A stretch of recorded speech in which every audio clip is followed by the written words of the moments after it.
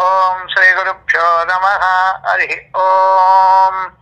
గణానాం త్వా గణపతిం హవామహే కవిం కవీనాముపమస్ృహవ్యం జ్యేష్ఠరాజం బ్రహ్మణాన్ బ్రహ్మణస్పత ఆనశృణ్వోతిభిः సేదసాదనం.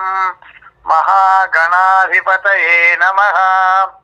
ప్రణో దేవీ సరస్వతి వాజేభిర్వాజినీపతి ధీనామవిద్రవతు. ఓం ఐం సరస్వత్యై నమః. వినాయక చవితి సందర్భంగా ప్రేక్షకులకందరికి కూడా శుభాశీస్సులు అందజేస్తూ, వినాయక చవితి అంటే భాద్రపద మాసంలో శుక్ల చవితి అంటే శుద్ధ చవితి రోజు వచ్చేటువంటి చవితిని వినాయక చవితి అంటారు. మరి సకల విఘ్న నివారకుడు అనుకున్నటువంటి పనులన్నీ కూడా సవ్యంగా జరగడానికి విద్యా గణపతి, పుత్ర గణపతి, లక్ష్మీ గణపతి, సిద్ధి గణపతి, బుద్ధి గణపతి, ఈ విధంగా ఒక్కొక్క రూపంలో ఒక్కొక్క విధానాన్ని నెరవేర్చేటువంటి శక్తి ఆదో గణాధిప. దేవతల అందరిలో కూడా మొట్టమొదటి పూజలు అందుకునేవాడు మహాగణాధిపతి.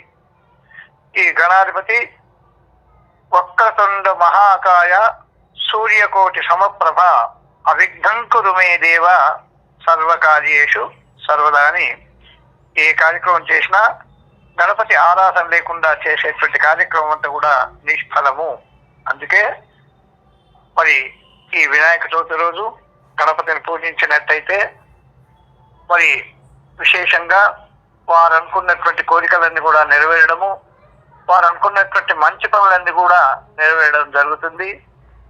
కాబట్టి ఈ గణపతి జననము చాలా విశేషమైనటువంటి జననము. ఒకసారి పార్వతీదేవి స్నానానికి వెళ్తూ ఒక పసుపుతో ఒక ముద్దను చేసి అక్కడ ఒక ఆకారాన్ని తయారు చేసి అక్కడ పెడుతుంది. ఎవ్వరు వచ్చినా లోపలి పంపేయకు అని ఆ గణపతి రూపంలో ఉన్నటువంటి ఆ రూపానికి చెప్తుంది. ఇంతలో పరమేశ్వరుడు రావడము, నేను వెళ్తానంటే ఆ పసుపు రూపంలో ఉన్నటువంటి ఆ మూర్తి ఎవ్వరు వచ్చినా మా తల్లి గారి ఆజ్ఞ లేని లోపలికి వెళ్ళడానికి వీల్లేదన్నప్పుడు శివుణ్ణి రుద్రుడు అంటారు, రౌద్రుడు అంటారు. కాబట్టి ఆ శివుడు సాక్షాత్ నేను పరమేశ్వరుని కదా, నేను వెళ్ళాలి అన్నప్పుడు అడ్డగిస్తాడు. అప్పుడు తాను కోపంగా ఉండి తన త్రిశూలంతో ఆ ఆకారం యొక్క తల నరికేస్తాడు. ఆ తల వెళ్ళి ఎక్కడో పడిపోతుంది. ఎప్పుడైతే పరమేశ్వరుడు లోనికి వెళ్తాడో అక్కడ ఉన్నటువంటి జగన్మాత అయినటువంటి పార్వతీదేవి గ్రహిస్తుంది.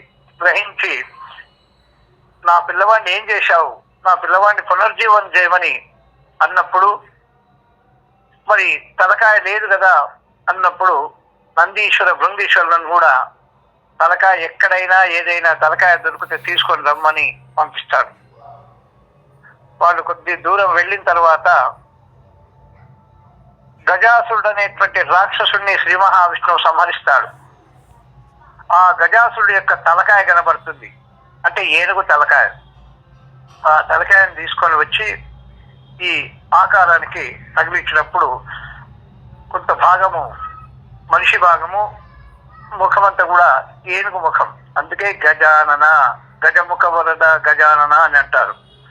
మరి అందుకే తొండము ఏకదంతమును తోరపు బొజ్జయు వామహస్తము అని ఆమెని ఆరాధిస్తారు. కాబట్టి ఆ గజానను చూసి దేవతలు, ఋషులు అందరూ కూడా హేళనగా నవ్వుతారు.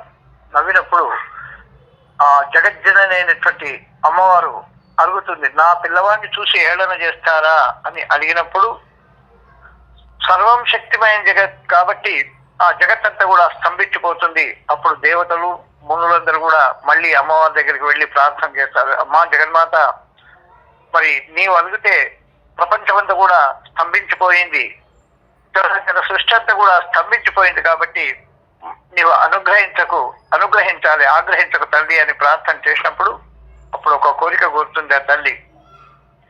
మీరు ఏ పిల్లవాడిని అయితే చూసి హేళన చేసినారో ఆ పిల్లవాడిని మొట్టమొదటి పూజ చేసిన తర్వాతనే మీ పూజలన్నీ కూడా సఫలీకృతం అవుతాయి. కాబట్టి ఈనాటి నుండి ఆ పిల్లవాడు ఆదిపూజ్యుడు, గణపతి, గణనాయకుడు అనేటువంటి పేరు చేత కొలవబడతాడు. అతన్ని పూజ చేసినట్టయితేనే మీకు సత్ఫలితం కలుగుతుంది అని చెప్పినప్పుడు దేవతలందరూ కూడా సరే అంటారు, మునులు సరే అంటారు.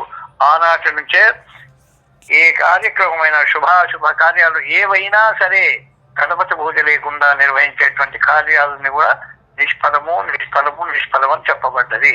అది ఓం తత్సత్.